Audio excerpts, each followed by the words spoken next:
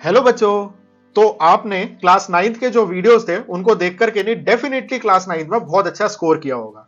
और अब आप आ गए हो क्लास 10th में। क्लास 10th यानी कि बोर्ड्स। और बोर्ड्स के लिए हमारे घर वाले, हमारे टीचर्स सब कहते ही रहते हैं कि ये सबसे इंपॉर्टेंट क्लास है। और एक्चुअली में ये है भी, क्योंकि आपके कॉलेज में एडमिशन हो, चाहे आपके 11th क्लास में कौन सा सब्जेक्ट चूज करोगे, इन टोटल आपकी लाइफ में आप किस डिसिप्लिन में आगे जाओगे, ये सब डिपेंड करता है आपके इस डिसीजन के ऊपर कि आप क्लास 10th के बाद में कौन सा सब्जेक्ट चूज करोगे। और उसके लिए मैथमेटिक्स एक बहुत ही इंपॉर्टेंट सब्जेक्ट है। तो इसलिए हम लेकर आए हैं आपके लिए क्लास 10th का कंप्लीट सिलेबस। कंप्लीट सिलेबस मतलब सारे क्वेश्चन, सारे एग्जाम्पल, सब कुछ, ये सब हम कवर करेंगे हमारे 10-10 मिनट के छोटे छोटे वीडियोस में। So let's start on this journey of standard 10th and excel with 100 marks. इस साल हमारा टारगेट होगा कि हम 100 मार्क्स लेकर आए और पेरेंट्स से जो चाहिए उसकी डिमांड कर सके। तो आज हम स्टार्ट करते हैं क्लास 10th का first chapter which is real numbers. और इस चैप्टर में डाइव करने से पहले एक बात और, आपकी क्लास 10th के मैथमेटिक्स में आपके पास में दो चॉइसेस हैं। आप चाहो तो बेसिक मैथमेटिक्स के साथ में भी जा सकते हो और चाहो तो स्टैंडर्ड मैथमेटिक्स के साथ भी जा सकते हो। आपने कोई सा भी वे चूज किया हो, ये सेम वीडियोस ही आपकी हेल्प करेंगे दोनों को कवर करने में, क्योंकि अल्टीमेटली कोर्स बेसिक और स्टैंडर्ड मैथमेटिक्स दोनों का सेम है। खाली जो फर्क आता है वो फर्क आता है on the weightage of different chapters. किस चैप्टर का कितना वेटेज है, किस टाइप के क्वेश्चंस आएंगे।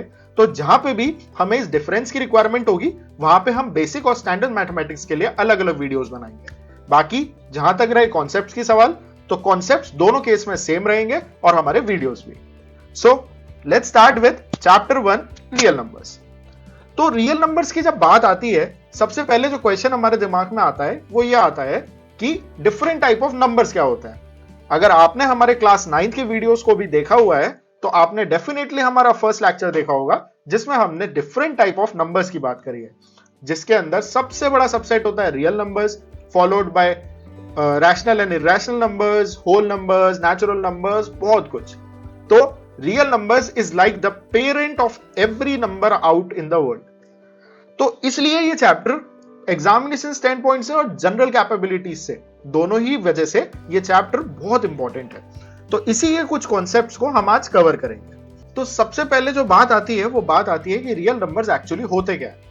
अब अगर आपने क्लास 9th को अच्छे से पढ़ा होगा तो आपको याद होगा कि क्लास 9th में हमने यूक्लिड का डिवीजन लेमा और भी काफी सारे टॉपिक्स कवर करे थे जो कि हमें रैशनल और इरैशनल नंबर्स के बीच का डिफरेंस क्लियर करते थे। अब बात यह आती है कि रियल नंबर्स एक्चुअली रैशनल होते हैं, इरैशनल होते हैं, क्या होता है, किन नंबर्स को हम रियल कहते हैं और किन नंबर्स को हम रियल नहीं कहते हैं। तो इसको एक बहुत ही छोटे से पिक्चोरल रिप्रेजेंटेशन से मैं समझना पसंद करता हूं और आपको भी वैसे ही समझाऊंगा। तो देखिए, अगर हम सबसे पहले बात करते हैं सबसे छोटे सेट ऑफ नंबर्स की, जिसको हम कहते हैं natural numbers. In natural numbers के अंदर नंबर्स जो आते हैं वो आते हैं 1, 2, 3 अप टू इंफिनिटी। यानी 1, 2, 3, 4 ये जितने भी नंबर्स हम सुनते हैं और यूज करते हैं ये सारे नंबर्स नेचुरल नंबर्स कहलाते हैं। नेचुरल नंबर्स में अगर मैं एक जीरो और ऐड कर दूं, नेचुरल नंबर 1 से स्टार्ट हो रहे हैं, 1, 2, 3, 4, अगर मैं इसमें एक जीरो और ऐड कर दूं तो हम इस पूरे सेट को कहते हैं होल नंबर्स। रिप्रेजेंट करते हैं हम W से, होल नंबर्स। लेकिन अब ये होल नंबर्स के अंदर क्या मिसिंग है? जो चीज मिसिंग है वो है नेगेटिव नंबर्स, यानी कि -1, -2, -3, -4 ये सारे नंबर्स। तो इन नंबर्स को जब हम इसमें इंक्लूड कर देते हैं, यानी कि -1, -2, -3, -4, यानी कि नेगेटिव नंबर्स भी सारे इंक्लूड हो गए अप टू -इंफिनिटी। ऐसे केस में ये बन जाते हैं इंटीजर्स। और इंटीजर्स के बाद फिर आते हैं हमारे रैशनल नंबर्स। रैशनल नंबर्स मतलब कि सारे इंटीजर्स प्लस इंटीजर्स के अंदर जो कवर नहीं हुए, और जो इंटीजर्स के अंदर कवर नहीं हुए वो कौन से नंबर्स हैं? फ्रैक्शनल नंबर्स और डेसिमल नंबर्स। तो जितने भी फ्रैक्शंस होते हैं एंड जितने भी डेसिमल्स होते हैं, ये दोनों मिलाकर के नहीं हमारा कॉर्पस जो बनता है इसे कहते हैं हम रैशनल नंबर्स। अब रैशनल ये है तो इरैशनल क्या है? रैशनल को हमने बोला ऐसे नंबर्स जो कि या तो फ्रैक्शन की फॉर्म में हो या डेसिमल्स की फॉर्म में हो। लेकिन डेसिमल के लिए कंडीशन होती है कि डेसिमल नंबर सारे डेसिमल नंबर नहीं, डेसिमल नंबर सिर्फ वही डेसिमल नंबर्स जो या तो टर्मिनेट होते हो या रिपीट होते हो। दैट इज, या तो उनका जो डेसिमल एक्सपेंशन है वो खत्म हो जाता है या खुद को बार बार रिपीट करता रहता है। फॉर एग्जाम्पल अगर मैं बात करूं 2.14 की, अब ये जो नंबर है 2.14 ये 14 पे खत्म हो जा रहा है, so this number is a rational number.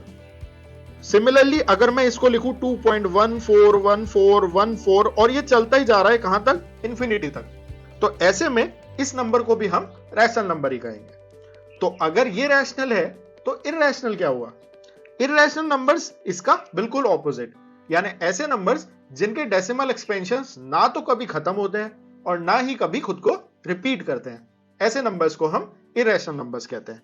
So this is the second set which is irrational numbers, represent किया जाता है Q से। और इसका एक एग्जांपल देने के लिए लेट्स सपोज 2.143456 और ऐसे ही ये चलता रहेगा इन्फिनिटी तक बिना कोई भी एक भी डिजिट रिपीट हुए, तो ऐसे नंबर्स को हम इररैशनल नंबर्स कहते हैं। और इन सारे नंबर्स का जो कलेक्शन है, यानी कि एवरीथिंग इंक्लूडिंग रैशनल एंड सारे के सारे irrational numbers, this entire collection it is called real numbers.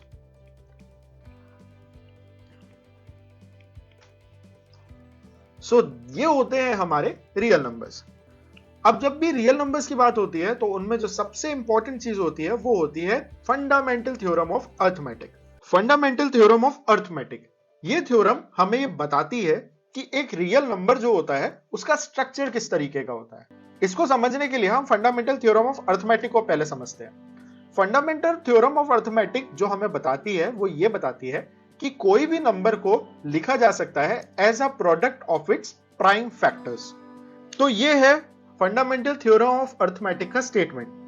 Any composite number, और कंपोजिट नंबर्स क्या होते हैं, कंपोजिट नंबर्स ऐसे नंबर्स होते हैं जो 1 के और खुद के सिवा एटलीस्ट किसी एक नंबर से और डिवाइड होते हैं। फॉर एन एग्जांपल 6 1 से भी डिवाइड होता है, 6 से भी डिवाइड होता है, साथ में वो 2 से भी डिवाइड होता है और 3 से भी डिवाइड होता है। सो 6 इज अ कॉम्पोजिट नंबर। और कॉम्पोजिट का ऑपोजिट होता है प्राइम, और प्राइम नंबर कौन से हुए, 2 3 5 7। जैसे कि अगर हम बात करें 3 की, तो 3 या तो केवल 1 से डिवाइड होता है या खुद 3 से डिवाइड होता है। तो खुद के और 1 के अलावा अगर किसी भी नंबर का कोई और पॉसिबल फैक्टर ना हो तो हम उसे प्राइम नंबर कहते हैं। तो यहां पे हम बात कर रहे हैं सारे कॉम्पोजिट नंबर्स की। Any composite number can be written as a product of primes. हम किसी भी कॉम्पोजिट नंबर को लिख सकते हैं as the product of different prime numbers. और ये जो फैक्टराइजेशन है दिस इज यूनिक। यूनिक मतलब कि अगर देखो ऑर्डर से कोई फर्क नहीं पड़ेगा कि मैं पहले कौन सा प्राइम फैक्टर लिख रहा हूं बाद में कौन सा लिख रहा हूं, लेकिन कोई भी जो एक यूनिक नंबर है उस यूनिक नंबर के जो प्राइम फैक्टर्स होंगे वो भी हमेशा यूनिक होंगे। इसको समझने के लिए एग्जांपल लेते हैं। लेट्स से हम एक कंपोजिट नंबर लेते हैं 12। 12 को अगर मैं बोलूं आपको इसको फैक्टराइज करना है, फैक्टराइज करने का मतलब इसको इसके फैक्टर कंपोनेंट्स में ब्रेक करना है। तो वो सिंपल होता है, हमें 1 2 3 4 5 1 2 3 5 इन सारे नंबर्स को यूज करते हुए इसके फैक्टर्स लिखने हैं। तो 12 का फैक्टर होगा 2 इंटू 2 4 इंटू 3 12 और एक फैक्टर 1, क्योंकि 1 सबका फैक्टर होता है। तो ये 12 के प्राइम फैक्टर्स हैं। तो हमें जो फंडामेंटल थ्योरम ऑफ अरिथमेटिक बता रही है वो यही बता रही है कि हम किसी भी कंपोजिट नंबर को लिख सकते हैं as the product of its prime factors. हमने 12 को लिख दिया as a product of its prime factors, जो कि है 1 इंटू 2 इंटू 2 इंटू 3। एंड इसके अलावा जो दूसरी बात है इंपॉर्टेंट वो ये है कि ये जो फैक्टराइजेशन है, ये जो फैक्टर प्रोडक्ट आया है, ये फैक्टर प्रोडक्ट इस नंबर के लिए यूनिक है। यानी कि केवल एक ऐसा नंबर आप सिर्फ और सिर्फ 12 है जिसके फैक्टर्स 1 इंटू 2 इंटू 2 इंटू 3 होंगे।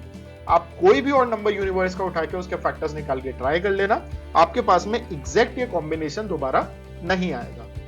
हाँ, लेकिन इसके साथ में इनके ऑर्डर से कोई मतलब नहीं है। मतलब ये जरूरी नहीं है मैंने 1 इंटू 2 इंटू 2 इंटू 3 लिखा है या मैं इसको 3 इंटू 2 इंटू 2 इंटू 1 लिखूं, उससे कोई फर्क नहीं पड़ेगा, बात सेम ही है, राइट। तो फंडामेंटल थ्योरम ऑफ अरिथमेटिक हमें ये कहती है कि किसी भी कॉम्पोजिट नंबर को हम लिख सकते हैं as the product of its prime factors. और इसी कॉन्सेप्ट के ऊपर बेस्ड है आपकी पूरी एक्सरसाइज 1.1। सो इस वीडियो को हम यहीं पे स्टॉप करते हैं।